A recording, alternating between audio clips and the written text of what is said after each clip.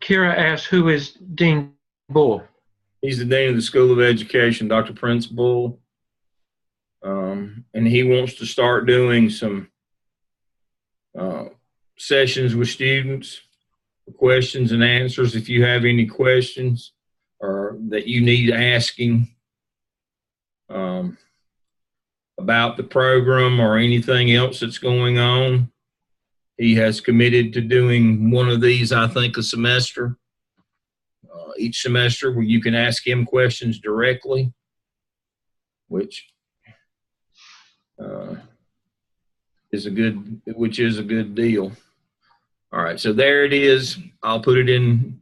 I'll put it in my C12 as well, and then Dr. Stedman can put it in his. But there is the Zoom link where you can join that session. Again, it's on October the 24th, and he'll answer any questions that you have for him. All right, so there's that. Now, I also sent you a message about Chairman Jones, which is a film series that's going to be here on campus Monday night. I understand that most of you are not going to get off work and hightail it for campus on Monday evening. It is I think, a worthwhile endeavor. I'm trying to get a copy or a live stream of that we can post for you. It speaks to exactly what we're doing in the app cell, where we're finding underserved groups or different subgroups and trying to get them some additional support programs, some additional things to try to close the gap. That's what Chairman Jones is about. It's more appropriate in terms of context for our 604 students. But if we can get a video of it for you to see, it kind of reinforces why we're doing what we're doing with you in the app cell. That's kind of the purpose of the Chairman Jones documentary film. And so there is going to be a screening of that here on campus. It's a major event. We are honored to have them here with us. One of his children is going to be here to preview the film. This is a statewide premiere or nationwide premiere. It's going to be held here in the Tucker Center. Again, I'm hoping that we can get a live stream or at least a copy of that documentary. But we're very proud that it's going to be aired here at Gardner Webb on Monday evening. So, what time on Monday evening, Dr. Lamb? Let's see. 6. 6 o'clock. The reason I said that is we had originally said that the town hall would be Monday at 6 o'clock. Yeah. That's why I said I'm sure they can't come. Right. So we can still do our town hall.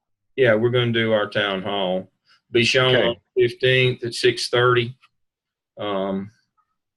And we're going to do our town hall. I'm quite sure that folks aren't going to be able to come. There really isn't an expectation that folks will come. If they're going to do a live stream, I'll record it. I'm just going to try to get a recording of it. But if you could come, you can always watch the video of our town hall if you were right. Right.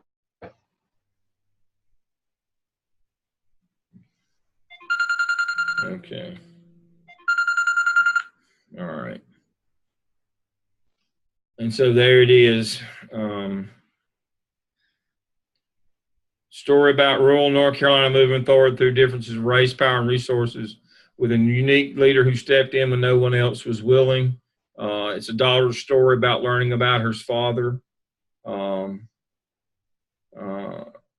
And we're going to have a panel discussion. Hopefully we can get a live video or get a video of that to show students.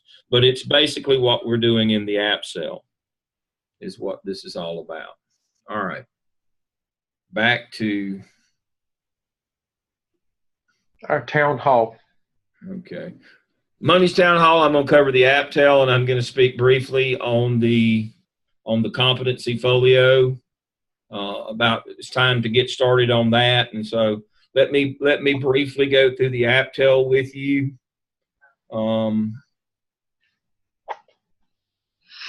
And this is analysis and action plan. Again, that word, action plan, teacher empowerment and leadership. Now, we're going to start with a literature review. We've already taught you how to do that. Reflecting various teacher empowerment and leadership best practices from reputable scholarly sources. We've already taught you that, which should include a bibliography. You know how to do an annotated bibliography. We've already taught you that. And then you'll develop a checklist for best practices for teacher empowerment and leadership. This observation instrument should emphasize key observable, demonstrable best practices one would expect to see in 21st century school. Now, here's the secret to the APTEL. If you don't remember anything else I told you, remember this. And if you can't remember, if you're old like me, write it down. Teacher empowerment and leadership is two different things. It's not one thing. It's like peanut butter and jelly. They can stand alone. You put them together, they're better, but apart, they are separate things. Teacher empowerment and teacher leadership are two different things. So let me explain. I refer to them as Big E and Little E. Big E empowerment is empowerment as a school-wide leader. And somebody like Todd Whitaker writes about school-wide leadership. He talks about things like teaching other teachers, being involved with the school improvement plan or on the school improvement team, being involved in curriculum, being involved in budget, financial decisions, and the holy grail of being a teacher leader in your school is being involved in personnel decisions. So those are the five areas according to Todd Whitaker. There are others. There are other authors that talk about school-wide teacher leadership. I prefer Whitaker because it's quick and easy, and it's things that I think are most important. So now, the question then would be, who should be our teacher leaders? Well, it's real simple. It's our teachers who are empowered in their own classroom. To be empowered as a teacher, as a leader in your own classroom, you have to be an expert practitioner of best practices. I prefer Marzano's. There are other best practices in teaching other than Marzano. I prefer him. And the reason why I prefer him is because North and South Carolina, the evaluation system and teacher evaluation system in North and South Carolina is based on McGrill, the Right. Midwest Consortium, which is, by the way, Robert Marzano. Right. And so being empowered in your classroom means you are an excellent purveyor of best practices for student learning. Those are the people that we want to empower as teacher leaders in our building, that teach other teachers, that are involved in curriculum, that are involved in school leadership team and school leadership plan, that are involved in resources, that are involved in personnel.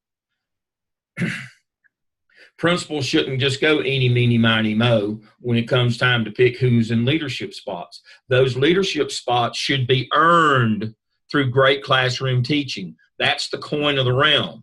What do they do at Jones Sausage? They make sausage. What do we do in public schools? We teach kids. That should be the most important thing. That you coach a ball game or that you run the student government association or you do the prom.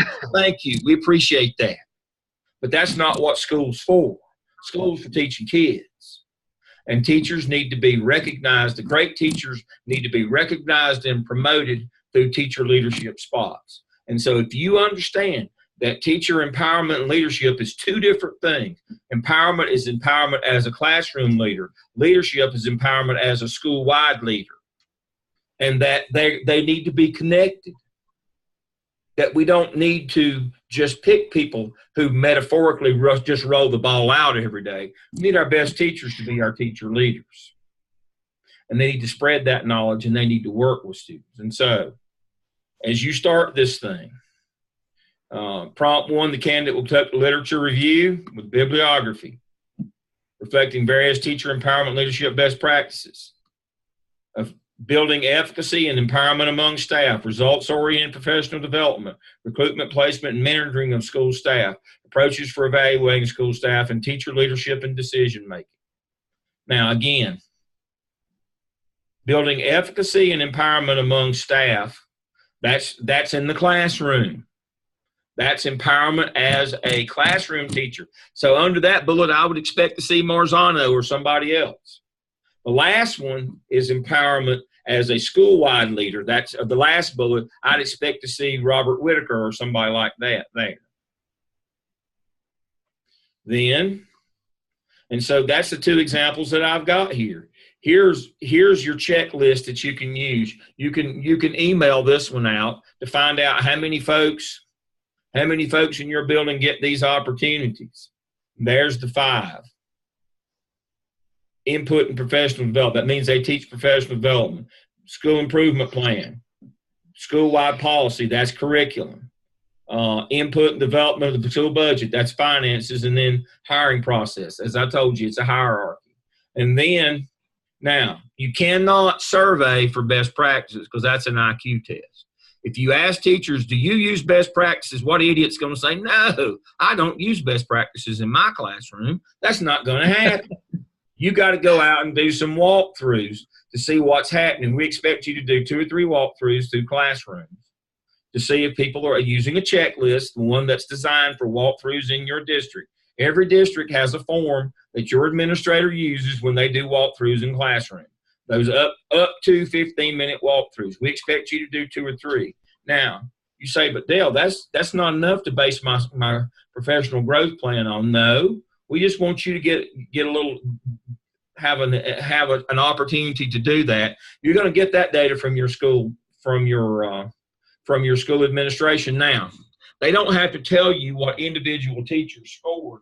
What they'll have to tell you is by walking through what percentage of the staff is proficient in these 9 and these high yield strategies, the Marzano 9 or whatever you're measuring. What percentage of them are good? Are proficient at summarizing and note taking? What percentage? And so this is the basis of your staff development, of your professional growth plan. What do we need to work on? Everybody need to work on it? Does it need to be whole group? When we talk about professional growth plans, I better say Linda Darling Hammond. She's the guru on how to do staff development. Should it be whole group? Should it be small group like PLC? Should it be one-on-one, or should it be a combination of all 3? Well, that's depending on how much we got to do. If we look and pretty much everybody's doing the right thing, then we might just want to do some one-on-one with beginning teachers. If nobody's doing the right thing, we better do whole group PLC and one-on-one for best practices. The notion here is that you're trying to determine how empowered your teachers are and what can we do to get them empowered. And we're going to plan for somebody, you or somebody else, to do that initial step of teaching other teachers by sharing the best teachers sharing their knowledge and information with the not best teachers. That's what we're doing here. That's the crux of this. And once you get your survey, once you have created your survey for school-wide leadership and you have your checklist for the classroom, you go out and you collect your data and then you present that data. And that leads. Dr. Lamb, just remember too that you have, and several of our students in the past have, it's free. They've used SurveyMonkey as a tool to do their surveys.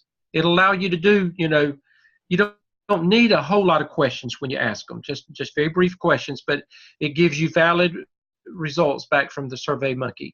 Yeah. All right. And then you'll assemble a team of colleagues, develop a teacher empowerment leadership growth plan. This is your action plan. This is your PLC that you've been using. You're going to put together an action plan, and here are all the column headings right here. And what does that look like? Oh, wait a minute, it's the action plan again. Same as before.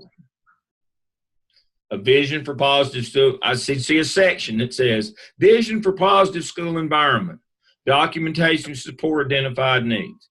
These are what I should see. What we're attempting to do here before I answer questions is we're trying to build a culture in a school where the most important thing is teaching and learning.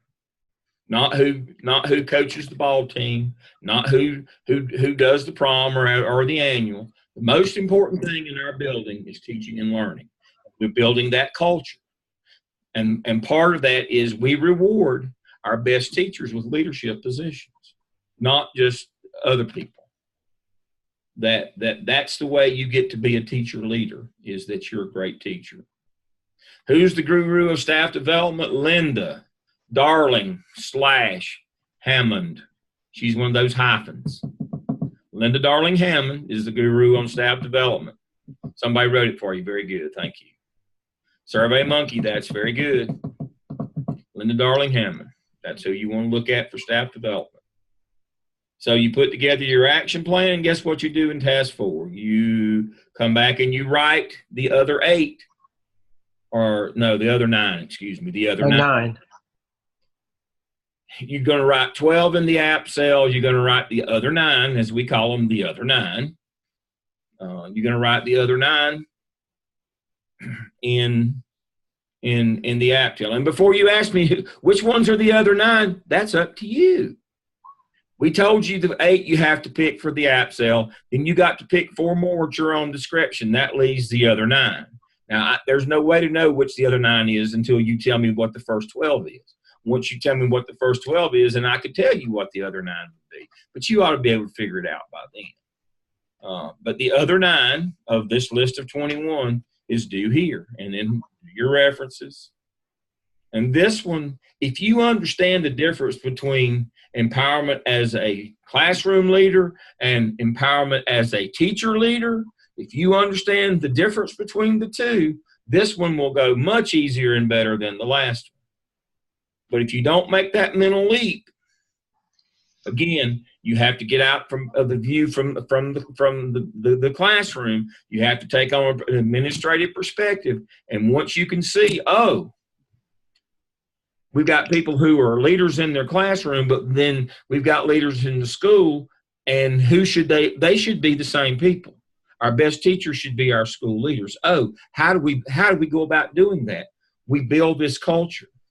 We have our best teachers teach our not best teachers. That's how we build instructional capacity inside our buildings without having to have any money. We use our best teachers to teach our not best teachers, so that we want them all to be our best teachers. That's the notion here. That what fuels our organization on a daily basis is a desire for great teaching. That's what every building has to be about. You know, people laugh when Jones Sausage, they make sausage. Jones Sausage knows what their mission is every day. It's to make sausage.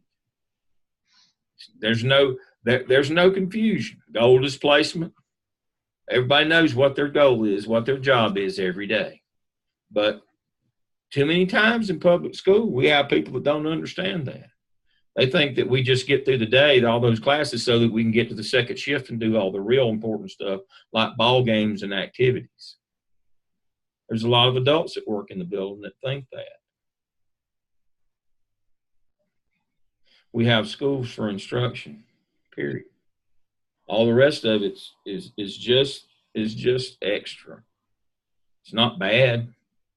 Dr. Stedman and I both were high school principals and loved it along the way. Loved all those pageantry and pomp and circumstance and all the stuff that goes along with high schools. Absolutely loved it, but never lost sight of the fact that we were there with student learning. If you do, you won't make it in a high school. They'll run you out of town. Mm-hmm.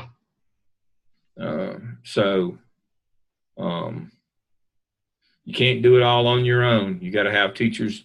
You got to have teacher leaders that you can bring along that enforce that culture, that perpetuate that culture in your building. So that's the APTEL. And again, to speak to competency folio, You're going to put these 9, when you get them done, you're going to put proof of these 9 in your competency folio in task stream. Now, I'm running out of time here. I'm already 5 minutes over.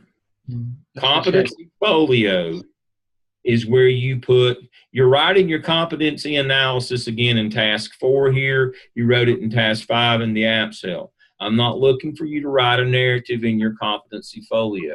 I'm looking for you to put things in there that show that are the proof of what you told us you did. I'm looking for the proof. If you got a communication competency, and I should see the agenda of a PLC or minutes of a PLC meeting. That's all I need to see. You don't have to tell me. You've already told me here what you did. I just need to see what was produced as a result of the work that you did to achieve competency. I need to see that result, that icon, that artifact. That's what goes in your competency folio. Don't let me open that thing up and you've just copied and pasted your competency analysis for communication. That's not what I want to see. I want to see something that proves to me that you did what you said you did. That was produced by the work that you did.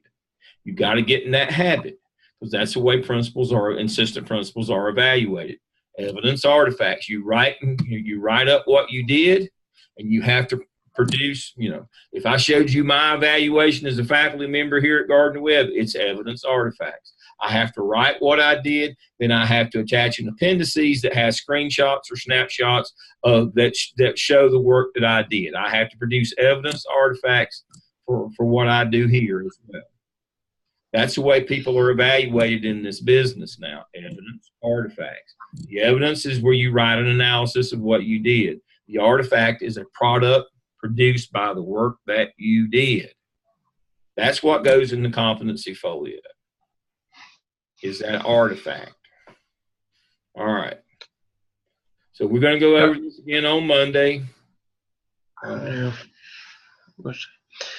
Dr. Lamb, very quickly, just a reminder, with the AppTel, there are 4 tasks, and just remember that you should provide ongoing evidence that you're working with your established PLC and that with your administration as much as possible. But for the first 3 tasks, there should be evidence in your appendices that an agenda or something that you're continuously involving and engaging your established PLC. So please be reminded of that. Okay, that's it, Dr. Lamb. All right. We will see everybody on Monday evening at 6 o'clock, Dr. Lamb. 6 o'clock. We're going to do 6 o'clock on Monday. I'm going to repeat the session. Maybe go a little more in depth in each of the tasks. I'll have a little more time. I'll do that on Monday. We look at this thing over. I know you're still working on your app cell, but an eye to this won't hurt you. But I'm telling you, you get the difference between empowerment and leadership. That they're 2 different things. Empowerment as a classroom leader, empowerment as a school leader. That's 2 completely different things. If you get that, you're way ahead of the game. And please remember, you cannot survey for best practices. Dr. Crawford has just joined us. Let's see. I'm going to unmute him. Dr. Crawford, how are you? I'm well, sir. How are you? I'm good. For those of you who don't know, Dr. Jamal Crawford's with us tonight. Dr. Crawford is actually onboarding with us right now. He's going to join our team. He's already joined our team. But he is going to be coaching with you some second part of this semester as well. Do not hold it against him that that he and I are work partners, that we've worked together before, and I'm wanting to bring him back in with us again because I think he's just great. So don't hold that against him, that I have a high opinion of him. But he's going to be working with us going forward, hopefully second half of this semester. He's been attending our sessions. I haven't recognized him too much, but he's going to start joining in and giving you feedback. Dr. Crawford is a city principal in High Point. This is what he does for a living. I'm old. I used to do this. I just loafer now mostly. But Dr. Crawford is a sitting principal, and he's an excellent one. Nationally recognized principal in our state of North Carolina in High Point. Hopefully he can give you the real story, and he can tell you if I'm full of wind or not about the things that I've been telling you. But I think I know he's going to contribute a lot to us because he is a sitting principal at this time. Dr. Crawford, I'll turn it over to you for any final comments. No, I've just been listening. I'm looking forward to working with everyone.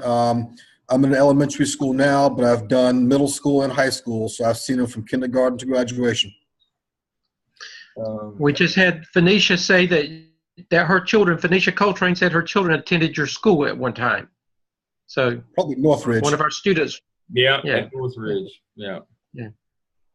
So, some of you already know Dr. Crawford, hopefully, or know of him.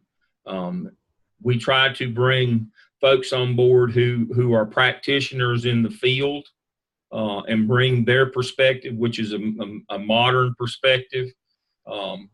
This will really be beneficial when we get to the APTEL, I feel, because it's more modern day type schooling, how you go about growing professional staff. And I'm sure Dr. Crawford will have a lot that he can add to that for us. All right, we're over time as usual. We'll try to do better next time. Everybody have a good week. Let me see if there's anything in terms of questions before I go. Is the APTEL a continuation of the APSEL? It can be. I'll talk about that Monday night. Phoenicia, okay. So the APTEL can be a continuation if the program that you put in requires some staff development, or if the program or what you did for the APSEL required teachers to be better trained or to be better practitioners of best practices in their classroom. It can be a continuation. It does not have to be. My children attended Kirkman Park. There we go. All right. Y'all have a good week. I will see you on Monday. If not, I'll see you on Tuesday. Are we not doing anything Thursday this week? No, because of the storm, we're not doing anything Thursday this week. I hope all of you can stay safe. I'll echo Dr. Stedman's sentiments. Hope all of you can stay safe. We will not try to do anything on Thursday. Many of you are going to be under storm conditions. And so we'll just go ahead and say we'll see you on Monday or Tuesday. Okay. Good night, everybody. Good night.